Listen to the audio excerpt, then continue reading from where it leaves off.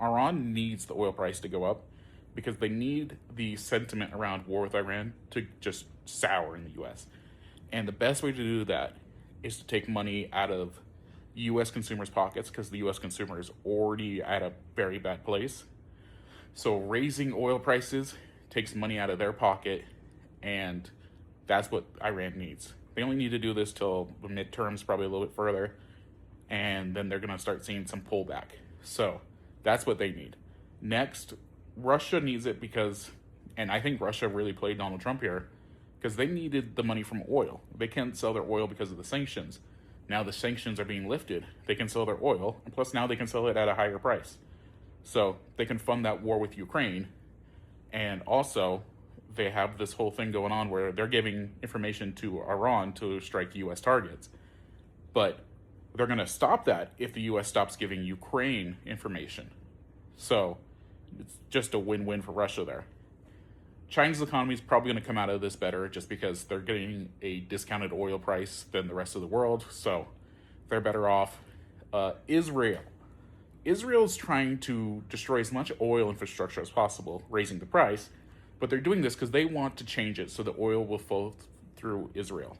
And this is a big thing because Netanyahu, if Israel isn't in a war when the election comes up, he wants it to be in there because that means his party will stay in power.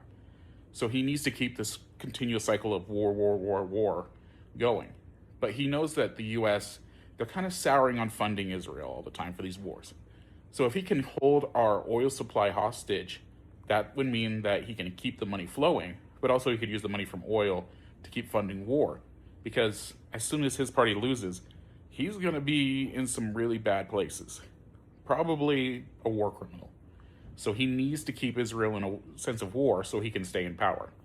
So they're going to blow up as much infrastructure as possible in order to rebuild it to go through Israel on the other side. And the US will probably approve that because they're like, oh, we're friendly with Israel. That's better for us. So that is why Israel wants it.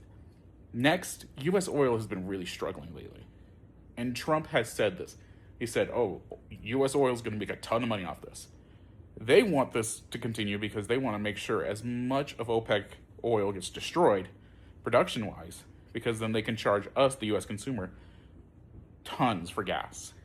And they know that there's going to be nowhere else to go to. So they want this war to continue to go on because they're just making money hand over fist, stealing it from us. So there is no reason why anybody besides the US consumer, just anybody who isn't top tier in government wants this war